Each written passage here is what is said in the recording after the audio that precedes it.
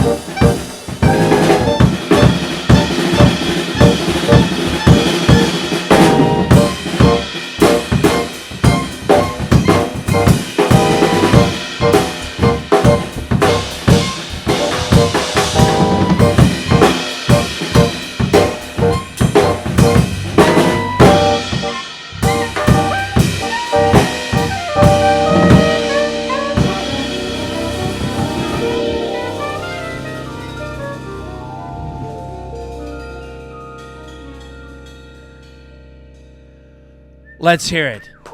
Wait till we get Alyssa in here, because she's going to say these guys are hired for every Monday morning at least.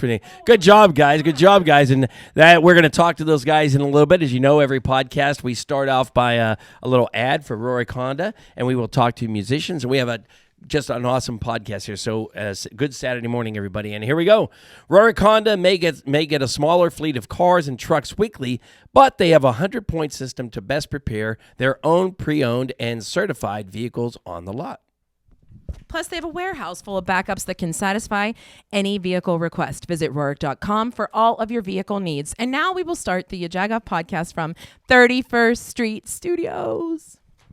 Cool. All right, so that's where you hear the music when you're listening to the edited version of the podcast. But this is behind the scenes. So we're going to spin around. You'll see the musicians. They might be moving in, moving out. Don Keezer just walked in.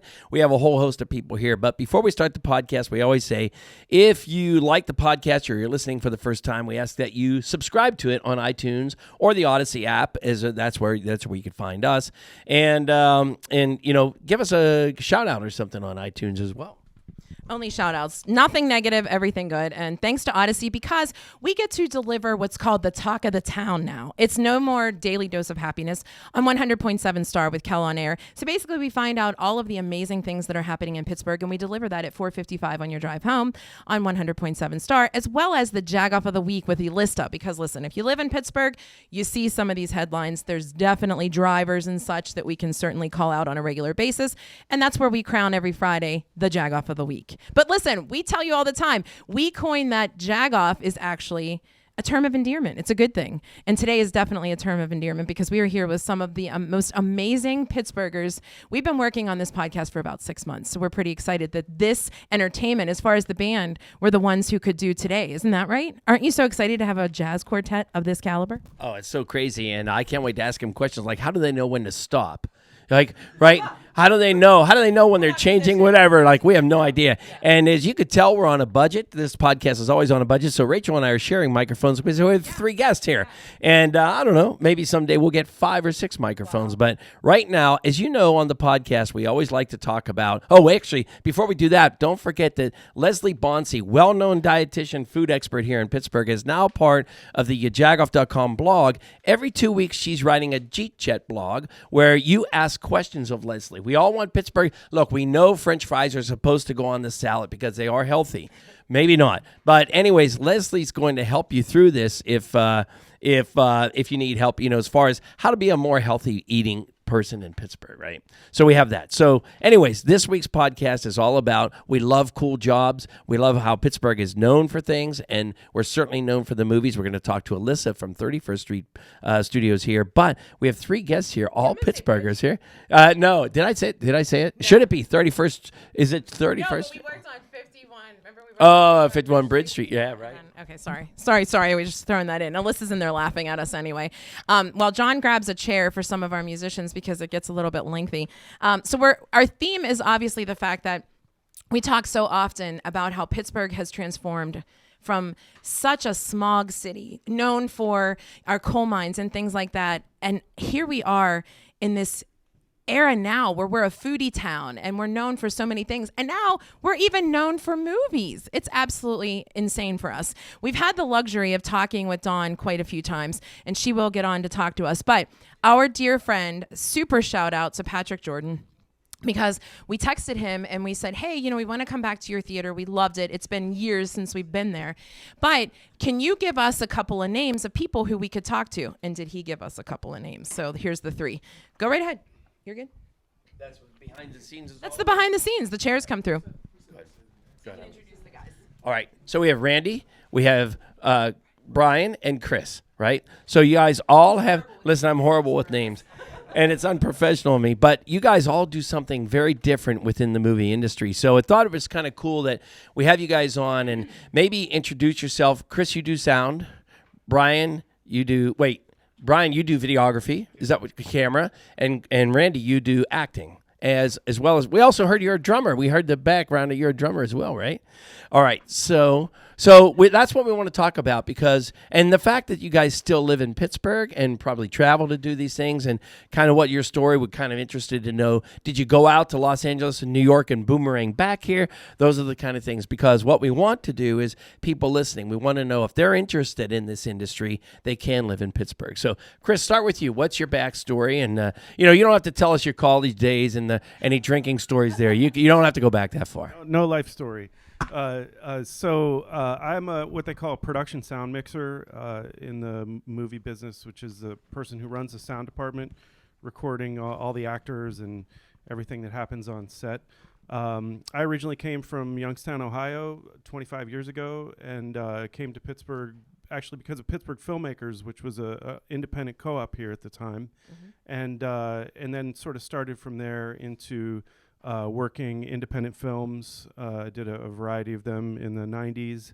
And then eventually I started working on documentaries for about 10 years through what used to be National Geographic. I don't know if people know that National Geographic Explorer series used to be based in Pittsburgh at QED in the 70s and 80s. And some of those DPs and directors were still around at that time. When they moved to DC and based their operations there. But I was able to travel a lot based in Pittsburgh all around the world doing those kinds of films, also for Nova, the series Nova on PBS. And then eventually I started getting into bigger productions, Hollywood stuff that was coming into Pittsburgh. And, since then I've been, working nonstop. It's been very busy here, which has been great. At what point did you realize that was happening? Because like we said, Pittsburgh has transformed. We've birthed a lot of things. We're proud of a lot of things, but we weren't really known for what we're known for now. At what point did you say, wow, this is really happening? Or do you remember what it was you were working on? I don't know. I mean, it just was seamless. Probably like the mid 2000s, I would say, is when things got to be we started to become on the map more. I would say when we started to do TV shows here. Yeah, good point. Okay. That's a big shift. A feature comes together. It is made somewhere, it's produced, and it ends. Right. But television shows require ongoing technicians, ongoing actors, stunt people, all these sorts of things. And when they did a TV show here, that was different. So which one was it? For me, I felt like it was Super Ninjas. Okay. I don't know that was the first one, but that was an early one I happened to Sure. and that was 11 years ago now. Okay. 2013, and all three of us worked on that. That's where I met you, Brian, and Chris was the sound mixer, and I was hired as the on-set acting coach for the teens. Really? But I also wound up playing a guest villain on it on one episode. Which Really? And were these the teens? These were the yeah, but it was 13 episodes, and it was a fantastic job. Yes. It was just great. It was Yeah. fun. I coincidentally had done the pilot and the season 1 in Los Angeles. Oh, wow. And I was living here, and the executive producer called me. He said, "Hey, Brian, you're never going to believe this. We're going to do a season 2. I said, "Okay, great." He said, "In Pittsburgh. We're moving the show." Oh, my. And what was that like? It was great for me. Yeah, for I being was the here, only yeah. guy. But were you surprised, in all honesty? Because it's one of those things where Pittsburghers can talk about Pittsburgh, but somebody else better not put us down, because we're going to tell you how wonderful Pittsburgh is. But is it one of those things where you go like, really, Pittsburgh coming from LA? Is that surprising? Yes, it was yeah. it was a little surprising. Sure. But I knew we had the talent here to do it. Yeah, right. And so it was great, though. It was great for me. Yeah. I was one of maybe felt like 2 people that were retained from the first season. Wow, that's awesome. And I love the fact that the 3 of them work together. Here, do you want me to pass along? I know, I keep forgetting you don't have a mic. No, you're fine.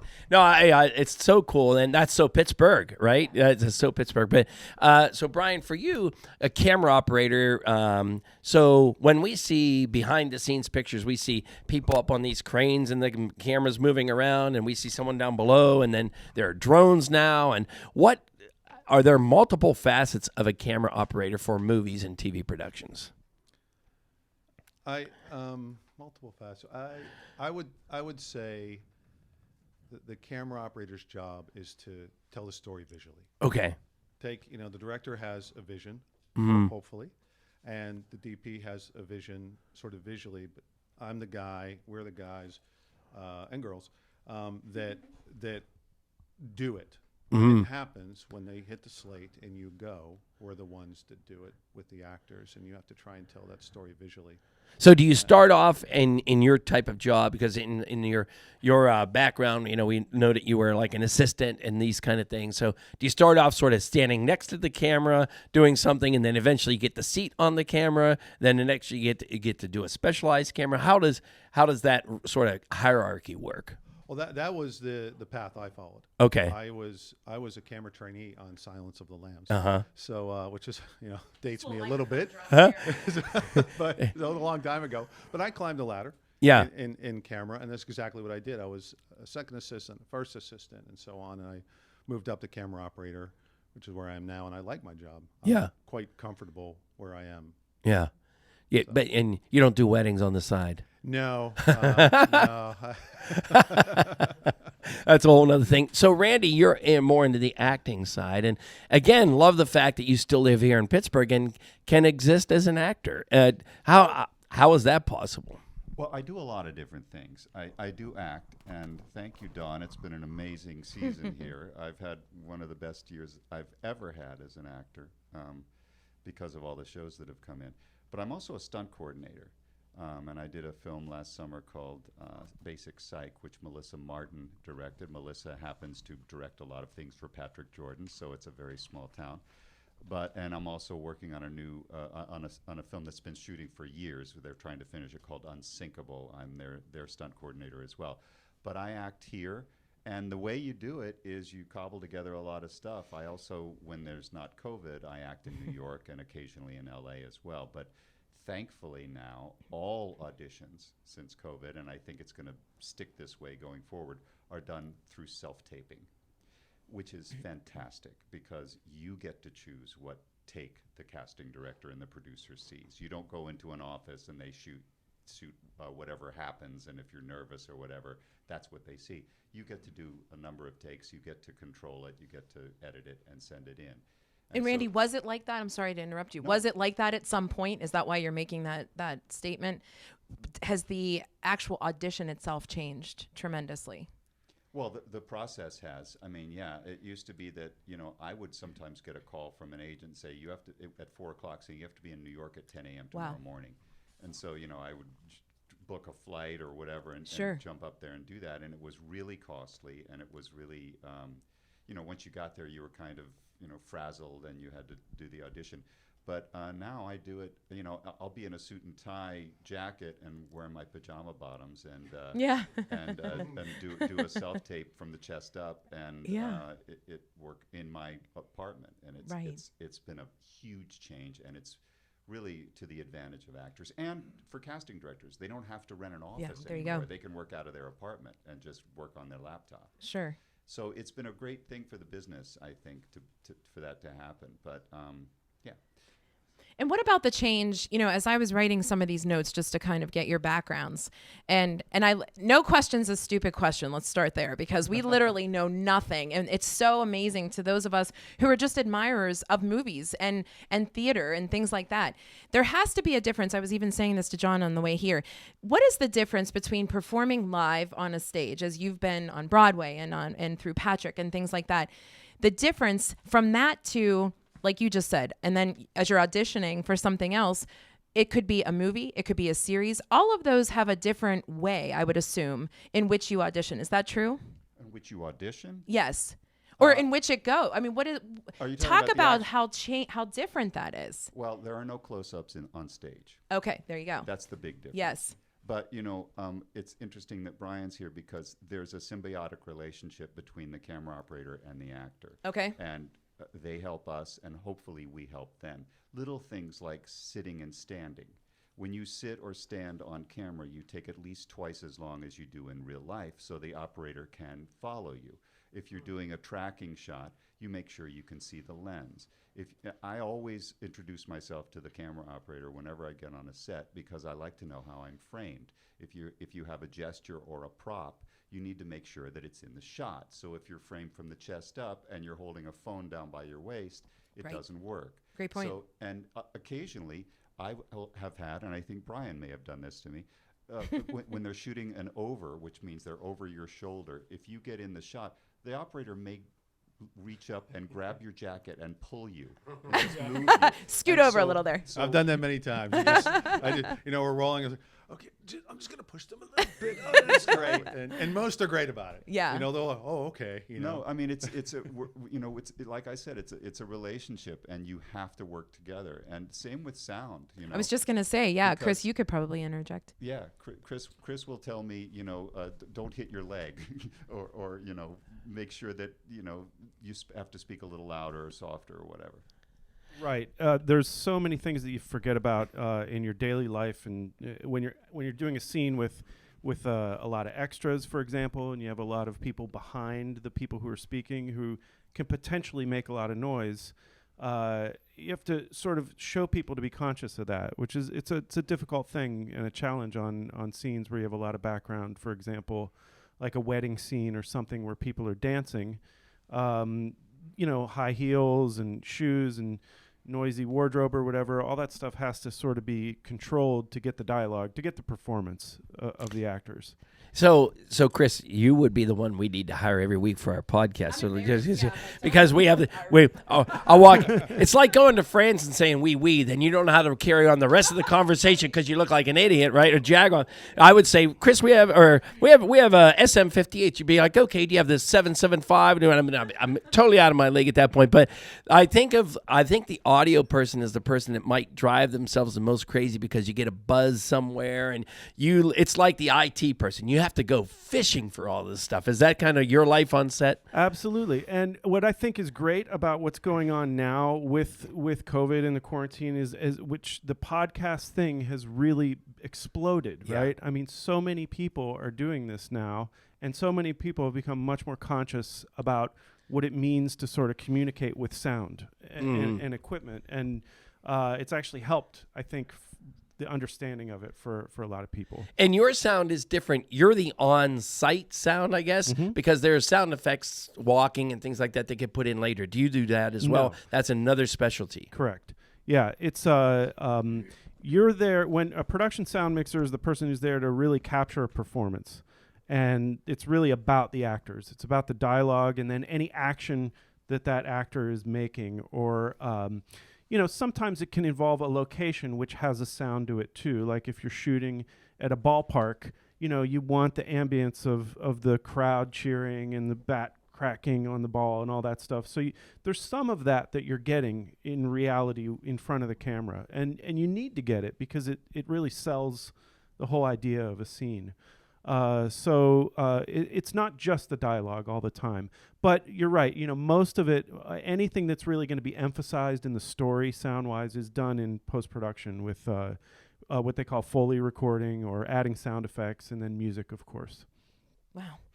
So kind of staying on that and sort of to the question that I asked Randy, you worked on, as I was a journalist. And so I look at things and I think, wow, this person got to interview this person, so I kind of fangirl over things like that. I look at the fact that you have, on your resume, as you said, National Geographic, CNN, PBS. Did you have that moment, though, where you said, wait a second, I like doing this documentary stuff, but I also read that you did stuff for the MLB, and then you did something for NBC Nightly News. What was it that you said, wow, I'm now doing this? This particular, what I thought I was doing led me to this. Well, really, the work kind of guides you. I mean, you follow the work where Sure. it goes, and you end up in all these different situations. And I think it's true with camera. It's true with anybody who's in the media in any form. There's a certain amount of work that's available in a certain place, and you follow it, and you ended up in the White House, for 2 different presidents, and that was amazing experience, and unforgettable stuff in places you never think you'll end up. I was in refugee camps in Darfur and on the border of Sudan, and so all the extremes, and then big Hollywood movies. So I can recommend this kind of work, and sound in particular, because it covers so many things. It covers everything from really high budget to really salt of the earth kind of stuff. So when you guys are professionals, Brian, do you own your own camera and Chris, you own your own sound equipment, or you list out what you want on the set when you show up, when they hire you? How does that work for both of you guys? It's different for Okay. us. I own my own equipment, and Okay. Brian's working with really stuff from rental houses usually. Yeah, I don't own much equipment. Okay. There's small support equipment that I like, Yeah. but generally the package is quite big. I think most people would, if they saw all the cases, and that's all rented. Okay, gotcha. And Okay, and you show up and you kind of I make sure just- it's all what you according I'm to a your hired spec. gun. Yeah, I got you. show up, Okay. Here's the lens, here's the camera, and off we go. And before we go to Randy, because we want to hear a little bit about the amazing CMU as well, Chris, am I understanding correctly that as a sound mixer, are you coined with, you're kind of that remote guy? So does that mean it's more, when you say remote, it's more flexible, more kind of diverse? You can kind of just pack it up and say, oh, is that what that? Exactly. Okay. Yeah, it's all about being in the field and going to places that are far away or with no electricity and no, everything is battery powered and small and portable. Portable. I couldn't think of the word. Obviously for documentaries, but the way I work on movie sets is I actually do an extremely minimalist package that enables me to sort of go all the places we need to go. And so it's the opposite of a studio I was just going to environment. say, but it made me think, oh my gosh, you must have all these amazing little trinkets that you just pack just in, like a mom, right? Going to Kennywood. You're like, I better throw this in because we know this could be needed, that Sure. kind of thing. And then Randy, I know we have some questions because I'm so enthralled, I guess, with CMU and just the fact that you came here and kind of stuck around. You found the need, and obviously you gave kudos to Dawn, but talk a little bit about CMU and how that still holds, here we are as Pittsburghers, we claim things like it's, Billy Porter, he's ours, that kind of thing. What has that sort of done for you as the film industry has sort of continued through Pittsburgh? Well, I went to CMU in the 70s as an actor. Then I moved to New York for 10 years and then Los Angeles for 20. And I've been back here since 2005. And I've been teaching at CMU for 13 years. And I actually teach acting for the camera. So I shoot and edit scenes for the seniors for the showcase process for them to show to agents and things like that. It's a world-renowned institution, and they take in about 24 students per year out of about 3,000 people who audition. And they get the cream of the crop. I mean, our students are very talented and very, shall I say, commercially viable. The classes are cast, There are certain types and certain amounts of people. It's very diverse. There are a lot of actors of color. There are a lot of, all kinds of people of different walks of life and everything. So, and they are not pampered, but I think of them as like thoroughbred racehorses. They're very high strung. A lot of them. They're extremely talented, and they are nurtured by a fantastic faculty. We have great voice and speech and movement people and acting teachers. So they come out very trained, but they also have an opportunity when they graduate. Last year was different because of COVID, but we shot a 49-minute video. I directed, shot, and I hired a crew and edited a 49-minute video that we sent to all the industry people. And we had people booked as leads on series before the school year was over. So I mean, people come into our school already signed with big agents. It's really an elite thing, and I'm proud of it. But it's all about talent. I mean, I think Meryl Streep could have gone to the Acme School of Acting and come out and been a movie star. So it's not so much where you go. It's who you are and what your talent is, and we try our best to get our students into the business. It doesn't always work. Students come out of Carnegie Mellon, and sometimes they don't work. A student who graduated a few years ago is now a realtor, and he's happier than he's ever been. But it is a great school, and I'm proud to be a part of it. I love it. I don't know if you know this, he actually got his master's at Point Park. Is that right? Point Park. Oh, so you're So at Point Park. I've been all around the town. That's awesome. Yeah. Now, I want to. We have a question of the day that we want to ask you guys before we wrap up. But I would like to just ask, in general, if people are listening to the podcast and want to enter this field, I guess each one of you specifically, how would they go about entering the field? You know, we're familiar with with artists, comedians, musicians. How you kind of have to go through that process. You know, you start out at small gigs and hell gigs, and then you do things. So if you guys could give a few words of advice for each of your specialties, starting with Chris, that would be really helpful, I think, to those listening. Okay, you know, first of all, this city has really produced an amazing amount of good technicians and actors and directors, and it's a great city because you have such a diverse appreciation for the arts in general in Pittsburgh. Right. From our theaters to films to sports to, you know, all the different disciplines. And the idea of mentorship or apprenticeship is really important. I think if you're passionate about something, you should seek out the people who are doing it and make contact with them just on a personal level. And I think it's incredible what the response you're going to get. That's great advice. You know, because I think we all get nervous and think, oh, I can't ask that person this question. You know, as I said to each of you coming in, it's a little overwhelming knowing what you've all done to kind of even ask you questions that I know nothing about. But if you're honest and you say, I don't know, how would I know this? So tell me about it. The worst they could say is no. Yeah. I mean, it's like, I approached somebody in my field who I knew was, when I was young, who was very talented and successful, and I said, I want to learn, you know, about what you do, and that person was gracious enough to talk to me on the phone for a while, and eventually I ended up working with him. And you know, you kind of work your way up by it's a business of it's a very social business, and you have to meet people and talk to people, and also it's really important to listen.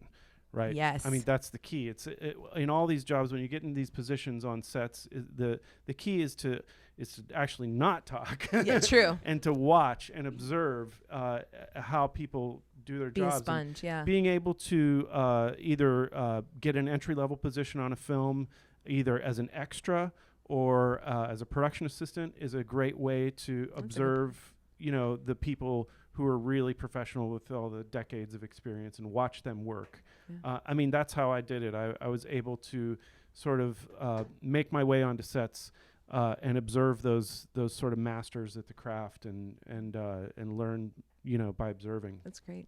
Brian? I think Chris's answer Ditto. is great, but I would echo seeking out the people. Yeah. That's how I did it. Yeah.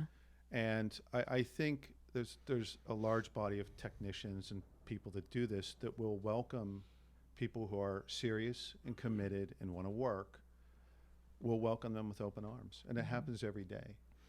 Well, I think it's important to point out, at least in your case, you were at Grove City for something else. Is that right? Yeah, I went as a computer scientist. Right. To studies or whatever. And someone said take a photography class. Is that sort of how? Yeah, I read Josh Axelrod. I fell in love with it. Yeah. And you know, pretty soon changed. You know, yeah. I should have stayed with computers. I could have had shares in Google or something. But it just shows it's not always the path you first seek. You know, that it sort of ends up where you where you're final. For camera, I would add the barrier for entry now for camera work is so low.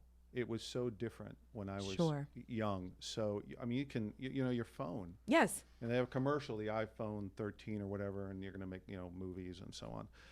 So the barrier for entry for shooting and editing is very, very low.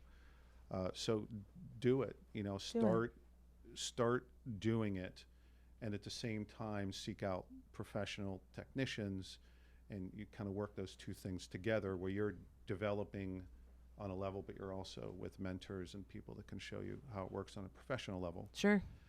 And I think that would be very effective. Good point, Randy. Well, first of all, I mean, I think you have to be willing to work really hard and really learn your craft. I mean, Brian and Chris work at such a very high level. When you get to, multi-million-dollar films, pretty much everybody on the crew is the top of the heap. And these guys are extraordinarily talented at what they do. and so which is why I love working with them. And every time I see them on a set, I'm very, very happy. But for acting, it's a little bit different. I would say it's a combination of working really hard to get skills, because I mean, people are naturally good actors, but learning how to use your voice, how to use your body, how to do dialects, how to do various other things takes a lot of work. But and as far as getting into the business, a lot of it's luck, but they say that luck is when opportunity meets preparation. So you really have to be prepared.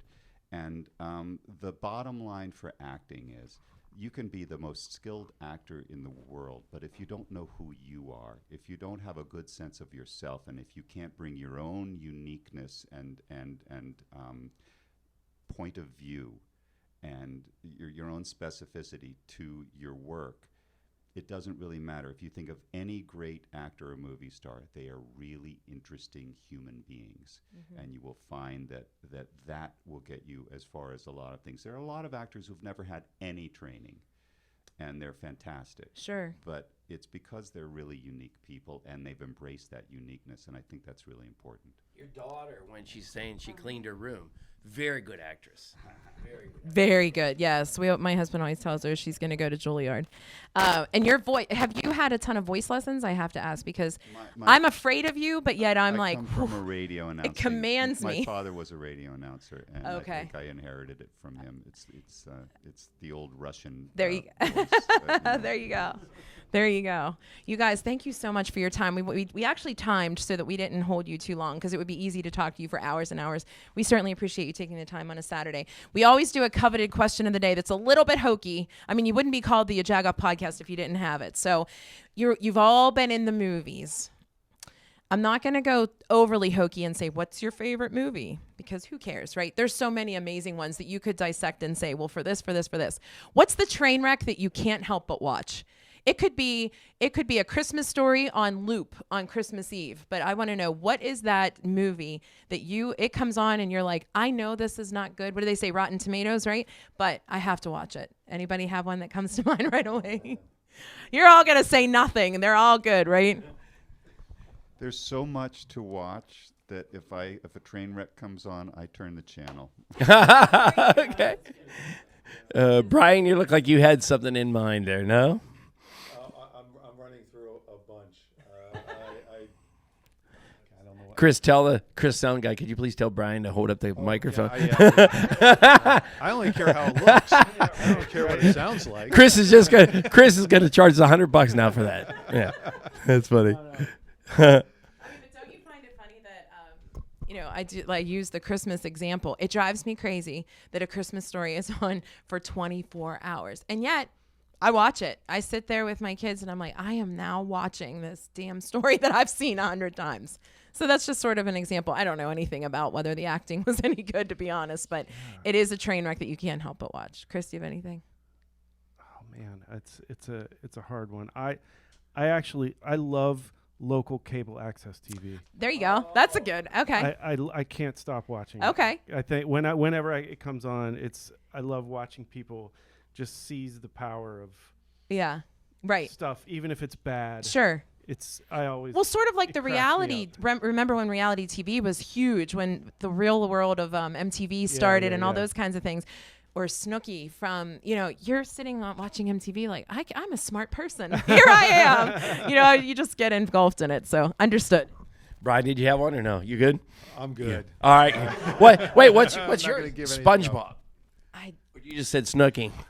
think so. Yeah. My husband will say to me, I cannot believe you watch this show. I don't have a TV show. My train wreck is I love bad karaoke. I could watch train wrecks, karaoke train wrecks. I love. I hate when they're good. So, all right. So, thank you guys, Brian and Chris and Randy. Thank you so much for coming on the podcast here. We really appreciate it.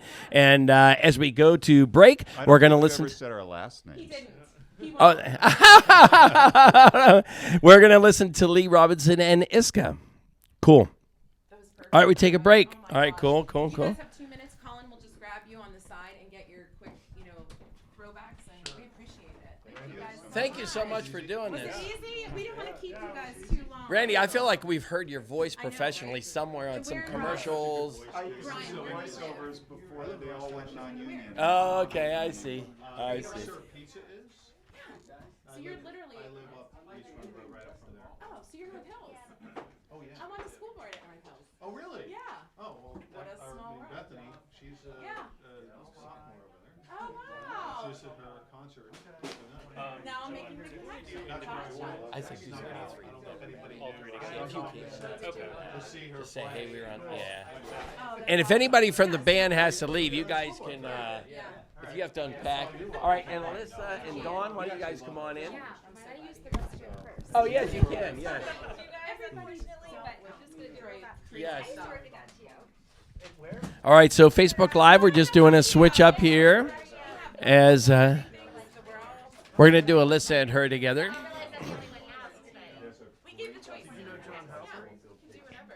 And we sort of created distance because he's with me all the time. I can't shake him.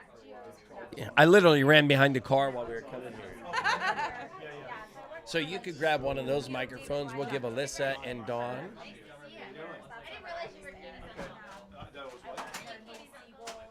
Oh, yes, yeah, yeah. So I am, yeah, that's right, yeah. I forget that she works there. I guess so, yeah. I don't think we can pause. Yeah. Yeah, we got her from so you've got to be related to one of the uncles that works out. Yeah. She has a relative that works at Alta. From Maryland. That's how I got acquainted. Was from 72. Oh, yeah, I don't think. Oh, no, I just dropped it. I'm not worried. I gave everyone the option. Other side. So Facebook Live, we're resetting here. And I feel like we're going to be judged, Rach. We have a professional cameraman and a sound. No, I'm just teasing. Listen, I'm a hack, so yeah, it was so cool to have you guys.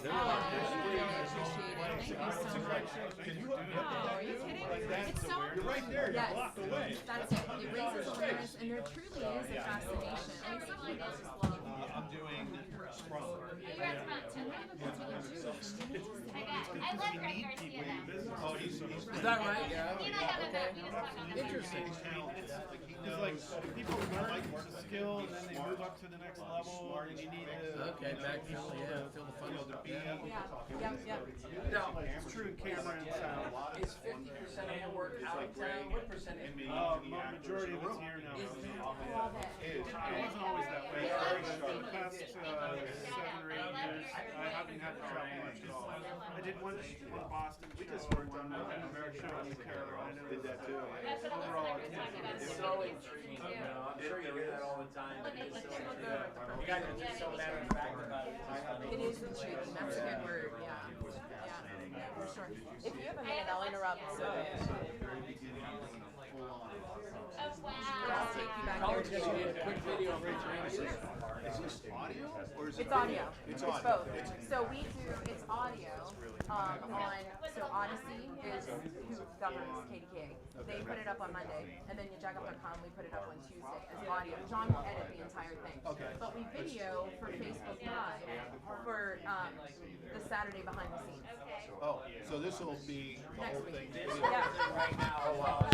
So they'll see like the in and out, the silly whatever, but he'll tighten it up so that it's like right under an hour, and it all segues well.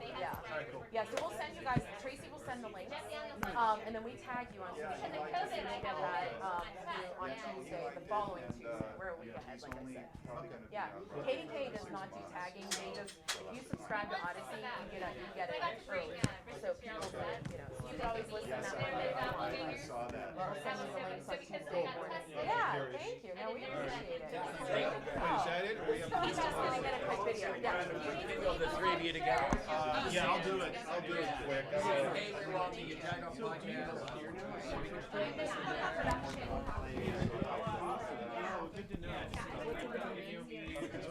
So everybody, we're going to get back to the podcast here. That air feels delicious. It does feel good. You dropped the cart. I think I did. I had it on here. All right. So next up is going to be Dawn, Keezer, and Alyssa. Alyssa runs the studio John here. and I just keep talking. There's a lot going Right. on. I feel like we're in the middle of a party. Right. Yep. John, how are you? I'm good, Rachel. John, what movie? Oh, John doesn't watch movies. Yeah, I don't have a train wreck movie. You don't? We could call Colin. I love that you God said bless SpongeBob, Colin. though. We just started talking. Yeah. Yeah. I love that you said SpongeBob, though, because that could be one of my... Yeah. I don't really like it, though. You know what I mean? I'm trying to think if I could even edit this together if we do pause, but I don't think so.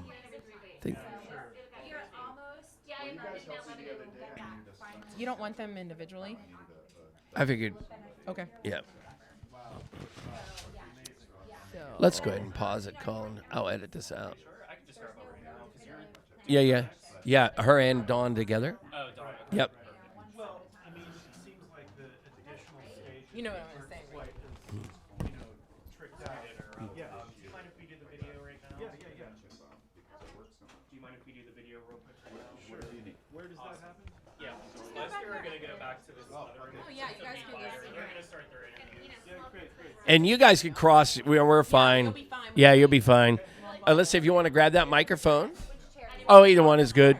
Yeah, we'll probably just squish together. Wasn't this fun? Aren't they awesome? The wipes over there. If you want wipes. Yes. Oh, here are the wipes. Right here. They're underneath your wheel there. Here are wipes if you like. All right, I'll just do it for show. All right. So, yeah. Yep. Hey, Dawn, if you want to grab that microphone, but you sit in that chair. Yep. No, this chair right here that we're all squished together, kind of. There are wipes if you like for your microphone and your hands. Yeah, look, we're 3 weeks away from getting my son vaccinated. We're like, I I'm not giving up now. No, right. totally get it. I love your jacket. Thanks. All right. So, Saturday morning. So I just got off the water and came here. So. Oh, really? oh, Getting dressed up. Which group? There's like 3 different groups, right? Yeah, I'm with the Evening Masters. But we Okay. don't know. Oh, nice. There you go. all right. That there. I think we're still good on camera. So we're coming back from Lee Robinson and ISKA playing jazz. So Alyssa, first of all, before we even introduce who's here, tell me about having a full jazz band in your office. In your office. Is this crazy? I definitely took a video of them while they were doing their jazz Amazing, right? spiel and sent it on Snapchat to like my family and friends. It was like today in the office. What Right. we didn't tell you was part of this is they are now your house band. You get to come to Oh, work and hear that every Good. day. Well, I'm by myself every day, so this is Right. like a nice change of pace So for Lee me. has requested an office, and Yeah. and you know they'll just got have the space. band You're here moving every in Monday here. morning, right right? here. Right.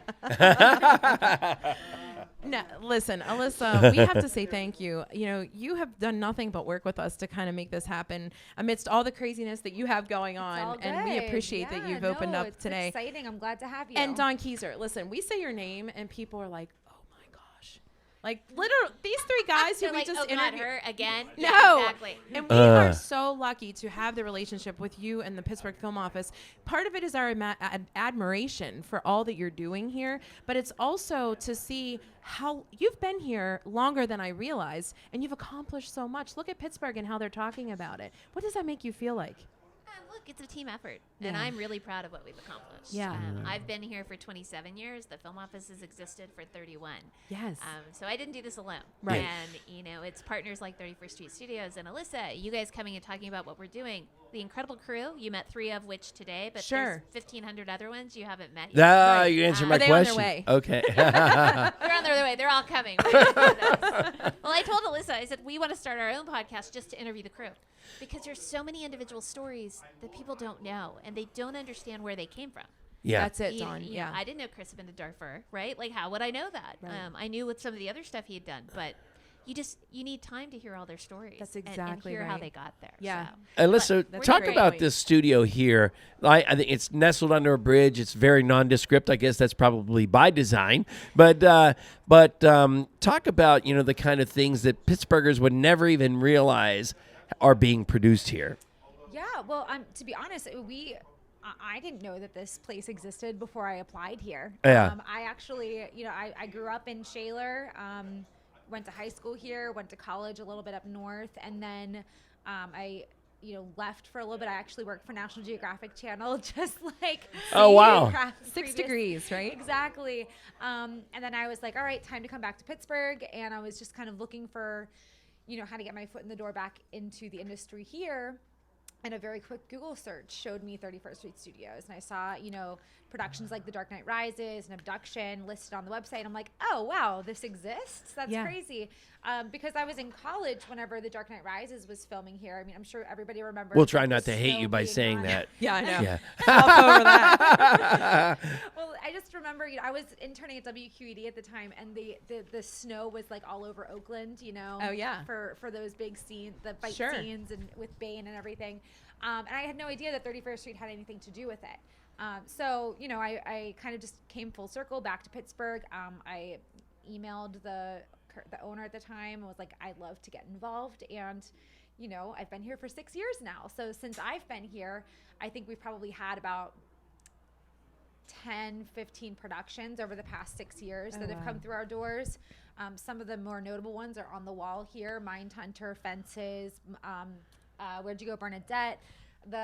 What's the one in your office? Stars. That Fault in Our Stars was before my time. But I love that movie. Yeah. Oh my gosh, I saw it and I thought, oh, I'm gonna start crying. I know. I mean, a lot of these movies are just so well known, Yes. but Pittsburghers don't necessarily know that they were filmed here. Yes. Either, like there was a smaller portion of them that were filmed here, or, just they were hidden away for Sure. secrecy reasons, like Yeah. whatever it might be.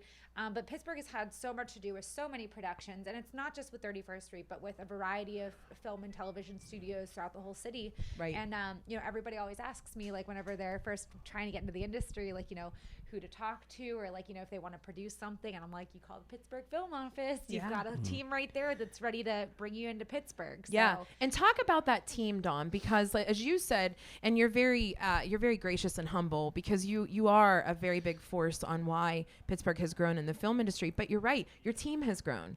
What is that team, and what all happens for people who don't understand what the Pittsburgh Film Office, all that it encompasses? Well, we're tiny. There's only 3 of us. But there's 3 of you, but there was 3 of one, us. but 3 with volunteers, right? Don't Oh, you have? right. We have volunteers and we have interns. We have a complete internship program. Right. And, we get the question a lot, too, how do I get into the industry? And this industry is all based on See, guys? relationships, right? It's Right. all about people buy from people they know. That's it. And if you think about if you were going to go buy a car and your next door neighbor sold cars, you're going to go see your next door neighbor who works at Rohrich Honda, right? That's right. You're not going to go She's down so the good. street. She's so good. Yeah, I used to do radio too. But it's all about. But here, what's interesting about the film industry is there is no direct pathway to success. There isn't a prescribed way to go be in the film industry. If you want to be a lawyer, you're going to go to college, you're going to go to law school, you got to pass the bar, poof, you're a lawyer. You want to be a doctor, you're going to go to college, you're going to go to medical school, you're going to do your residency, poof, you're a doctor. Right. It doesn't work that way with That's us. right. Yes. So the Film Office, we maintain a very robust social media presence. Our website's really great. There's job listings on there all the time, paid and unpaid. But there's 3 of us. Heather Bolton's our deputy director.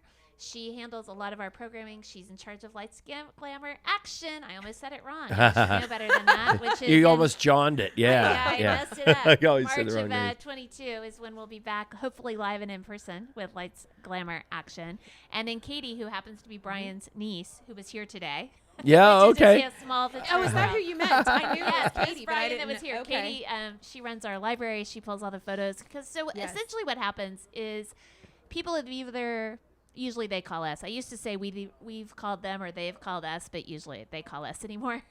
Sure. And they tell us, I'm making this movie. I need a really big empty warehouse. It needs to sit under a bridge, down an alley, whatever it needs. Do you have something that looks like that? We'll pull the photos out of our location library that has over about 100,000 photographs in it right now of the 10-county region. Katie does all that. Katie puts the packages Wow. together. She'll pull to make sure we match that, and we send those off. If they like what they see, they come in for a scout. We help them find their hotel when they're coming. We used to pick them up at the airport. With COVID, we don't do that anymore. Other people do that, take them around, scout, and help them find everything they need, including their stage space at 31st Street Studios, their production office space down the street from 31st Street Studios, and really help them get set up. And then once they're set up and running, then they call us for all kinds of crazy things like, I don't know, Rolling Stone tickets and Steeler tickets, which I do not have. And, I'm not Ticketmaster, no matter what they think.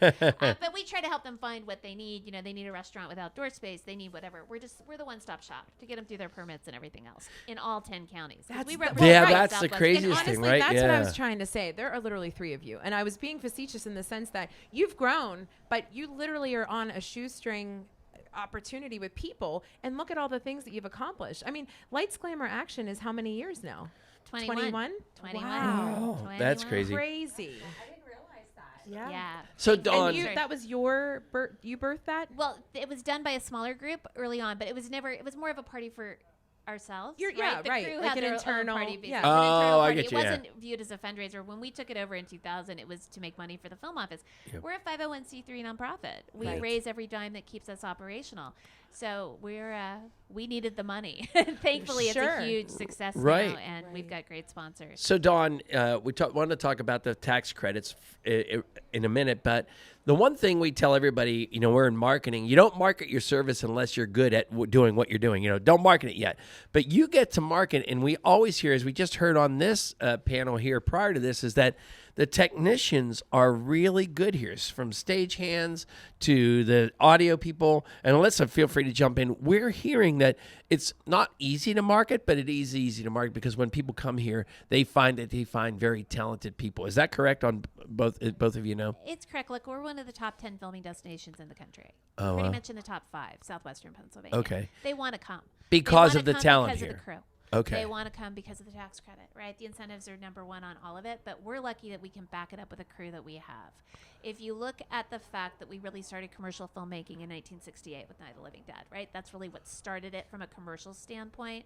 Yes, we've been making movies since 1914 here with The Perils of Pauline, but 1968 is when it really kicked off, when you really started this, people went, oh, I could have this as a job. This could be a career that I could raise my family on. Back then, we were lucky to do 1 or 2 movies a year. Yes. Right?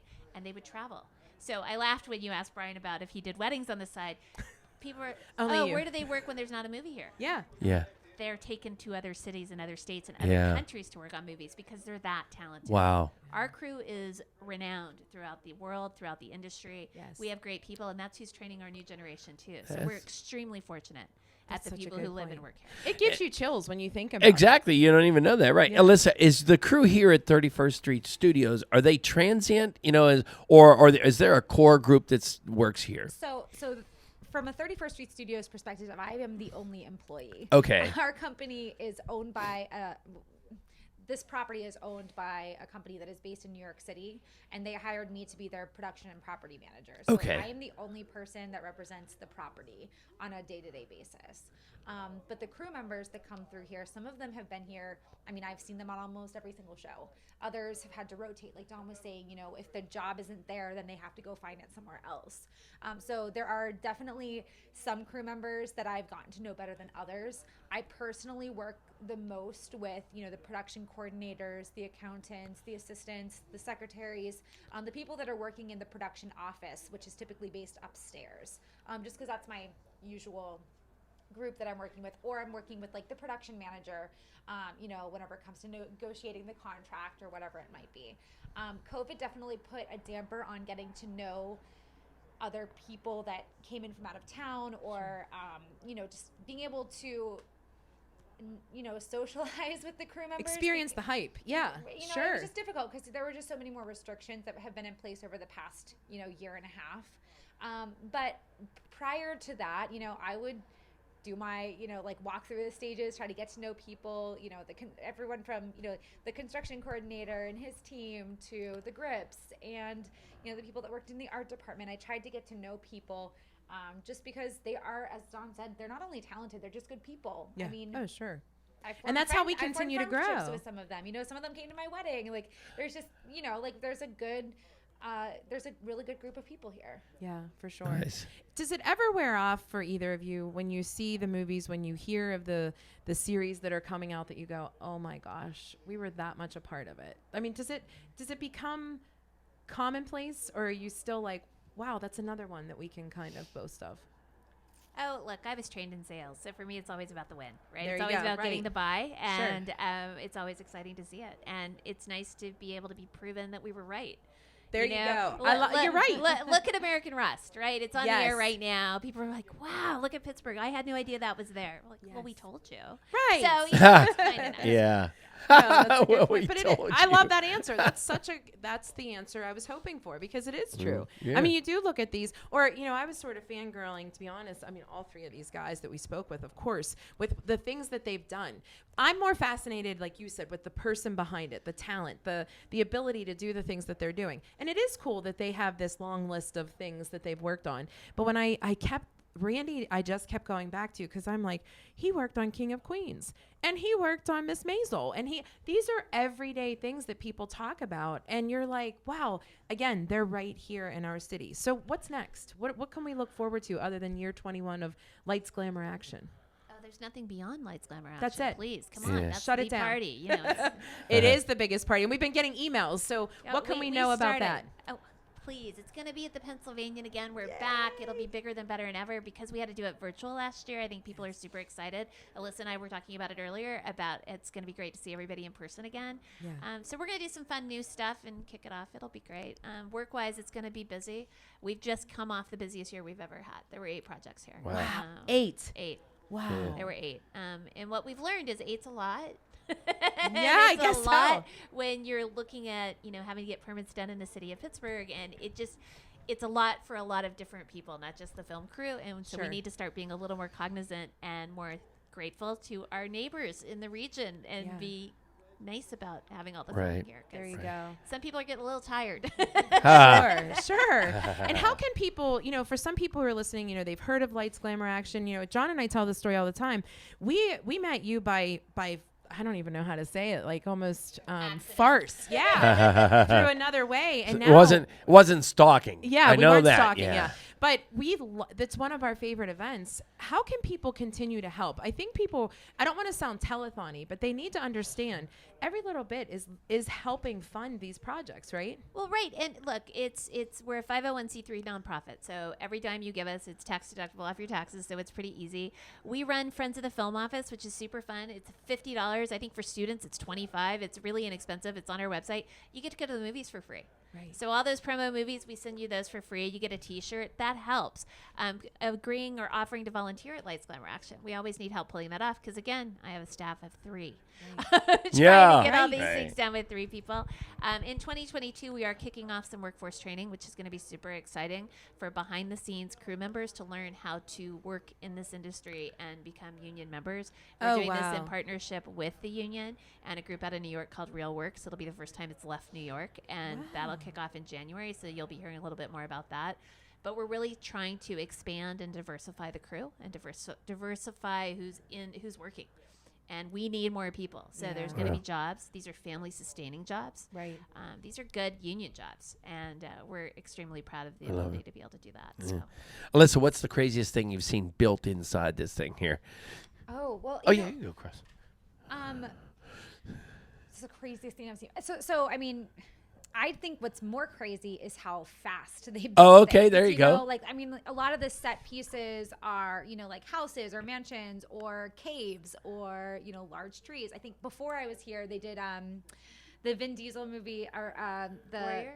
No. the Last Witch Hunter. It was right before I started working here, but I heard stories about how they like set basically part of the stage on fire to like, you know, create some kind of a special effect. I wish I would have seen that. Yeah. So I'm sure that would have been wild. But, you know, I've seen what I'd like to point out more so is just like I know we keep going back to the talent, but the construction team and the painters and the artists that make these sets happen. It's not so much like the magnitude of what they create, but the details that go into making it this. The artistry of it. Yeah. Like if you walk into a set, most of the time they're actually very plain on the outside. You know, you just see the original woodwork that they created to make the walls of the set. Because a lot of it, you know, it's done on location and then they come back to our studio to film all the interior stuff. But then you walk into it and let's just say it's a house, right? The amount of detail that goes into making the house look realistic because, you know, you would notice it if it didn't look right. That's right. But Yeah. you don't pay attention to that whenever you're watching a movie. Right. So like I watched someone once, this was a few years ago, take a brand new dumpster, you know, like a big, you know, dumpster, and it was brand new, and they clearly were given the task of aging it to make it look, used. So I swear this person spent 10 full hours on like sanding it to make it look, gritty, spray painting it with graffiti, whacking it with a baseball bat, like, just making it look real. And I just thought that was That's so super cool. That is Yeah. cool. Yeah. That's We just wrote a blog post about a woman who was throwing pizza boxes away, and then she was an arsonist and ended up blowing up the it was She was bad. in Those are the dumpsters. headlines She we're was talking about. lighting Yeah. dumpsters She on was fire. dumpster Yeah. diving. No, We're it's sending here. her down We're here for a talking job. about here. Yeah. We're sending her down here for a job. Yeah. Okay. Ladies, it is such a pleasure. We're so happy that we had the chance to finally talk to you, right? Yo, this has been amazing. Yeah, I mean, again, we could do, like you said, Dawn, or you guys could do a whole podcast on just the people that do this stuff. It's so Yeah. amazing. So thanks for hosting us. It's an incredible industry. It's an incredible industry, and I've been personally very grateful to be a part of it for the last decade, I guess, of my life. And the people that I meet, both crew members, through the film office, through the partnerships that we form, everyone is very passionate about keeping the film industry thriving here, and just, in a variety of ways. And it's just a really great place to be. Yeah. Well, Let everybody know, where do they follow everything, all of this stuff, Dawn, from, how they can contribute? What's the website? What's the social media? Let everybody know. pghfilm.org. We're on Facebook. It's Pittsburgh Film Office. Same with Instagram. It's all very simple. You make it easy. We make it super easy. And Yeah. all the information's there. And it's, shoot us an email. We answer. We've been working remote now for 18 months. We take turns going into the office. But we're really great at returning calls You and emails are. really fast. No so. question. No question. Alyssa? And ours is also very simple. 31st Street Studios. It's 31st ST Studios. and don't about just that? come lurking down here like a don't do it. yinzer, Don't right? Down, actually, Yeah. we will stop you. Don't just This is look private for property, to be very yeah, clear. right. Like COVID Well, bubbles. It's, I don't go to set anymore. yeah. I don't. You guys ready for the question of the day? Oh, Yes. Dawn, Did you hear it earlier? I did. All right. Are you prepared? I am. Oh, Do good it. time to think. Ha ha. So like we said, it's like asking a mother to say who's her favorite child or what child does things wrong, right? I'm not going to tell you it's Dominic. So basically, we're saying in the film industry, what is that movie that you just cannot help? It's the train wreck that they all talked about, but you watch it, Dawn. I get stuck on the 80s movies. Oh, So either call them train wrecks or don't call them train wrecks. But if Dirty Dancing's on, I stop and watch. Such a good one. Listen, I don't think they're train wrecks. I don't, 'Cause they're I'm entertaining. brainwashed. But Legally Blonde, Pretty in Pink, look at them all. Like I'll just stop and watch for a little bit. Pretty Going. in That's Pink's funny. in my top 5, just saying. funny. You're Um, right. and You're just, right. it is. little trivia. Senator Cameron Bartolotta, who's our huge fan of the film tax credits and has been such a help. Yes. She's a bridesmaid in Pretty in Pink. Oh, get out of I town. love fun facts by Dawn Oh, Keezer. see that trivia. What about you? What's yours? I was going to go the TV show route because Okay. I could hear you asking this question and I answered it immediately. I said The Bachelor. Like, Bachelor's I a good one. cannot watch Yeah, it. Bachelor's right. a good one. I mean, Right. for years now, either my friends or my cousin and I, like, we formed Bachelor watch parties. We sure. have Bachelor brackets. Sure. Like, it's horrible television. It's and horrible. Yet you can't not watch it. That is so love true. it. My brother would say Saved by the Bell. Do you guys remember Saved by the Yes. Bell? And Yeah. it's Yes. even a reboot because you Right. can't help it. Carl Curlinder on that, Yeah, as a matter there of you fact, go. right? Yeah, Yes, there you Right. go. So, I all don't right. want to let you go, but unfortunately we have All to. We right. have to give our thanks. So we're Are we gonna bringing listen. Lee on? Yeah, we're gonna bring. Awesome. Yeah, so right now we're gonna go to listen to Lee Robinson and ISKA. Cool. Perfect. All right. Guys, here's really what fun. Oh, thanks. It's always a pleasure. Yeah, Yeah, this was great. They should go to Nemacolin now, though, because their whole Bachelor thing. Did you know they did? Yeah, how about that? Oh, trust me, I watched it happen at the. The amount of work they booked after The Bachelor. I heard. They sold out. They sold I out. heard Is it that saved right? the business, Wow. Oh, it was basically. insane. Yeah. Maggie Hardy's like, what else can I do for you? Like, she was That's wonderful. amazing. Colin is gonna get a quick video of each of you guys. I'm Just, gonna take a saying selfie you're so I can separate. put it on our social media page. Can I take one with Oh, yeah? everybody? Don, Donna, you want to broke sneak up? in here? Sure. Okay. Just wanna let's see here. I'll hold this up so you can see. Oh, yeah, branding, yay. We said cool. Yes, of course. Thank you so much. All right. All right, Lee. We'll have you sit in this chair over there, and you can take that microphone. And we do have wipes You can get if you them want to together, wipe the yeah. microphone. Yeah, And then you'll just be so you know, you're at like 15% on the okay. Okay, great. So that's perfect. Thank you. Whatever Thanks, Alyssa. microphone you want, Lee. And again, there should be a bag of wipes somewhere here. Yeah. They're behind you. Oh, there we go. There you go. Thank you. All right, so Rach, we're coming to the close on a podcast, and what are you going to say on the ride home today? Oh, are you really going to out me? Yeah, you're going to say, this was a good podcast. It's been fun. Listen, all of our podcasts there's always something that we love, but this one is like action packed. And it started off really high energy because of our music this week. Like it's fun. Your music. It's fun when we have like an acoustic guitarist kind of bring us in, like a Tim Vitullo, bring us in a little mellow. Yes. But today was like I was ready to run home, like run a marathon after listening to that music. So 35 Lee, years welcome. in the industry, right? Maybe a little more. A little but more? yeah. Okay. If we're talking paying years, probably 10 or 20. No, just What is it about jazz? Start there. Why? What is it about yes. jazz? Well, jazz comes basically from the heart. Yes. So, the music came from, the music basically was initiated from people who were working people, who were African American or African. And part of that music is an outcry of an expression. Yes. So that has to be in the music. Right. And blues and gospel and all that stuff comes later, and then rock and roll and all that other stuff comes even further out. Sure. So when you incorporate that feel from the heart, genetically or synthetically, get it some kind of way, then it shows up and it makes you want to run a marathon. Yeah, for sure. So, I mean, I always ask the dumb questions, Lee, so be prepared. But it's so easy. It's so easy to start a jazz song. But how do you know, like when we started the podcast, you said, well, how long do you want us to play? I go, play one song. You go, that could be 10 minutes. So Well, how true does musician, how right? does They the could go on and band on. know when you're sort of wanting to wind down, or when you're playing jazz, everybody takes a spot, and we heard there was a drum solo, then the keyboard jumps in there, and you back off the clarinet and you come back in. Do you guys, I mean, it's somewhat rehearsed, but jazz is not 100% rehearsed, right? How do you know? It's not. It's rehearsed, but again, we're going to go back to what I said at the beginning. It's from the heart. It's from the feeling. Yeah. So when you're performing with these guys, it is a group effort. It's a team. I may be the leader, but I'm not all those guys. Sure. Yeah. So if you see me with a different combination of guys, that same song is going to be completely different.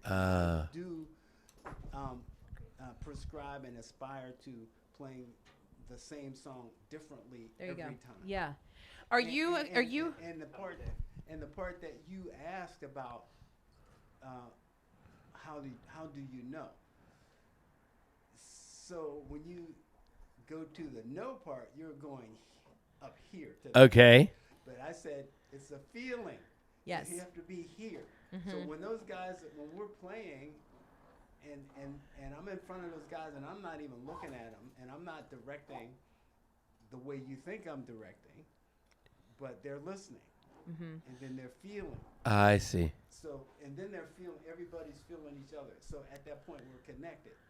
At some point, does the audience expression play a part? Oh yeah. Yeah. I mean, any performance, any kind of live performance, is going to be different with a live audience or without a live audience. It's going to be different. Yeah. But you can actually psych yourself up into doing it, but everybody can't actually do that together. Yeah. Right. Yeah. Right. Yeah. You have to have that from. Did you try other forms of music before knowing jazz was your thing? You know? I know jazz is my thing. Is that right? Oh, no. I mean, I don't. I mean, clearly it sounds like it is. You're very good at it. Yeah. I'll take it. Thank you. Walk us a little bit through your music career. When did you start? What were you doing? We're going to run. All right, we'll run. We're going to skip, too. Okay, so there was music in in my family's both sides, mother and father, pianos in grandma's houses, and gospel singing and doo-wop singing, when I was a kid. Not me, but around me. And then I learned how to play clarinet from a school program, and then I went from there to saxophone and all that stuff. And just like anybody else, when you're a kid at that age, you play a saxophone. Hey, George up the street plays drums. This guy. Yep. Okay. Get together. We're gonna make a band. Yes, Yeah. that's it. Yeah. So that's what happened, and then we were practicing at a friend's house, George's house, and his dad was upstairs here. You know, he's listening to him banging around. He says, "Hey, I think I have a gig for you guys." And we were like, "Yay!" Yeah, right. So that's how it kind of started. Just started. And we were playing R&B. Okay. We played a couple gigs, and then I got into a more formal group as a teenager, 16. And the parents of one of the group members were our chaperones, and they actually booked us. So we were underage, so they would book us, and they would take us and bring us home.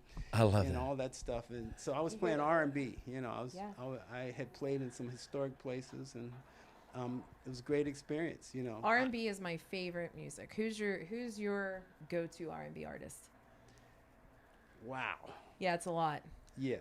Well, I got to tell you, from the inspiration point, it would be probably Junior Walker. Okay. Junior Walker And and the the All-Stars, All-Stars yeah. from Motown. Yes. Okay. I think he's underrated, and but you have to go back and pull out the Junior Walker albums, and you'll see that he's more than what good one. shows up in history. For sure.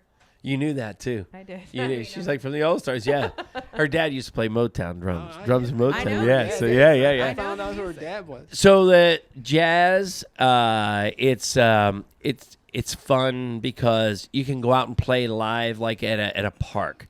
To me, that's the ultimate experience for jazz. I don't want to sit in an auditorium and watch and listen to jazz. I want to sit in a park, drink wine, eat snacks.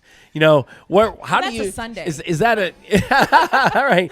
How do you like to see people consuming jazz, or you don't care as long as they're Well, listening and enjoying? I do care. Yeah. There are limits. Right. You don't want to be in an office at 31st Street Studios on Well, Saturday morning. I don't necessarily want the guy drinking beer and wine walking up on stage. There you Yeah. Okay. Yeah. But it's different because of the type of venue. So what you're talking about is, when I was playing in that time at 16, 17, 18, there were events called cabarets where people would bring their own wine and beer and food and chicken and mashed potatoes and potato salad and dress up and have a jazz group play. That was called a cabaret. Okay. They don't have those anymore under that particular name or Right. format. And then playing in the park, is completely different for me. That's more like that's like my ultimate thing. I like playing out. I like playing concerts. Yeah. And having the audience appreciate it. And you're very busy from what we're understanding, right? Since COVID, things are kind of coming back slowly but Coming surely. back slowly. Yes. Things are coming back slowly. Yeah. And I do use the COVID time as an opportunity to learn different facets of the music, and I'm working with software and learning new things. And that's it, right? We all have to learn this damn software. Well, you have to learn software, and, Yeah. and you have to learn how to live with COVID too. Yeah. Right. That's it. Right. Yeah. Right. Well, we've heard your song all throughout each guest today. Is there a name of the song, or that was just That was a tune that's composed by Wayne Shorter, and it's a version of it that is not typical. So we use it's a 3/4 tune. If you know what I mean. It's like a 3/4 tune, but we're playing it in 4/4, Gotcha. and it's called Footprints. Okay. Okay.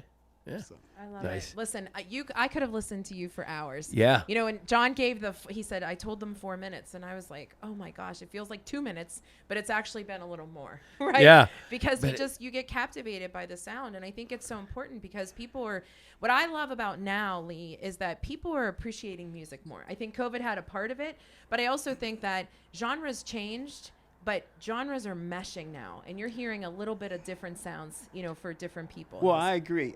I think that sounds have been meshing for years. Yeah.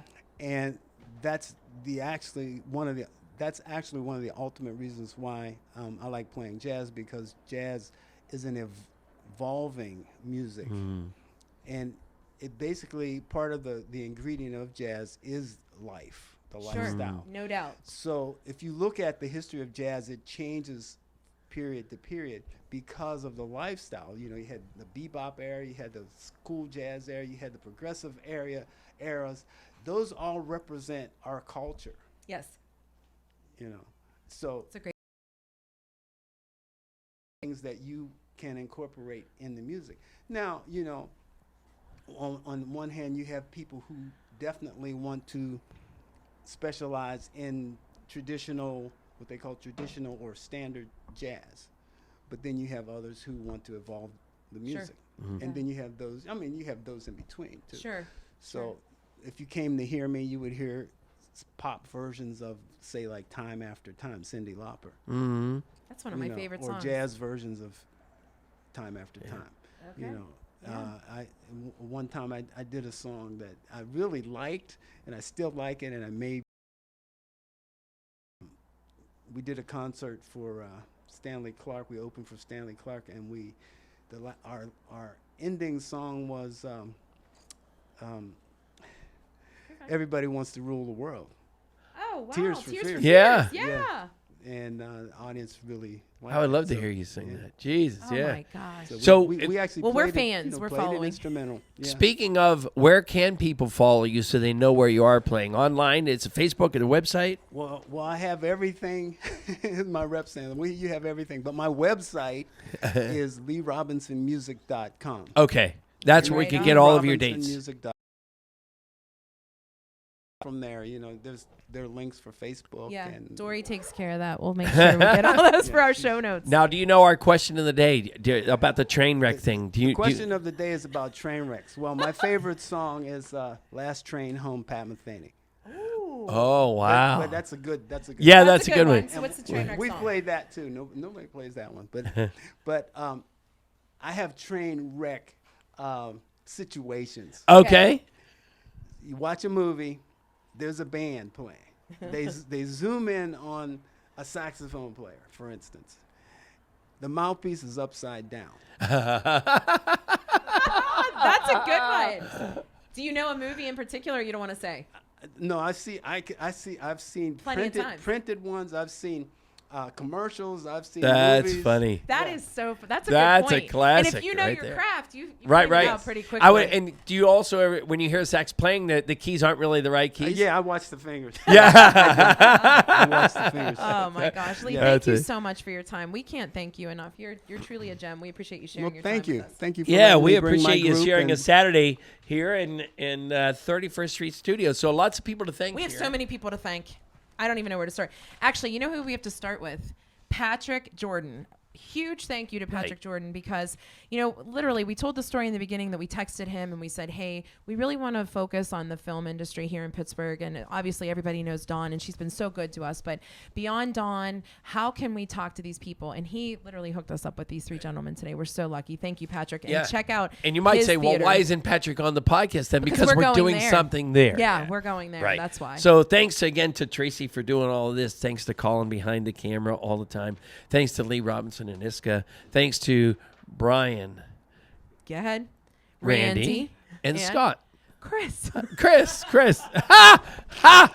Ha! Thanks, Lee, because John Jeez, can't get his Jesus. act Yeah, together. right. And thanks to Alyssa. Listen, this could not happen without Yeah. her. She's here. She's enduring everybody for the last 2 hours. She has somewhere to be, and she has welcomed us with open arms. Please check out all the movies that are happening here. Please support local. Please make sure you see all the amazing efforts of the Pittsburgh Film Office and 31st Street Studios. And thanks for listening to the YaJagoff Podcast. And thanks to Rohrich Honda, because Rohrich Honda may get a smaller fleet of cars and trucks weekly, but they have a 100-point system to best prepare their pre-owned and certified vehicles on one lot. Plus, they have a warehouse full of backups that can satisfy any vehicle request. As always, visit Rohrich.com for all of your vehicle needs. Have an amazing weekend, guys. Take care.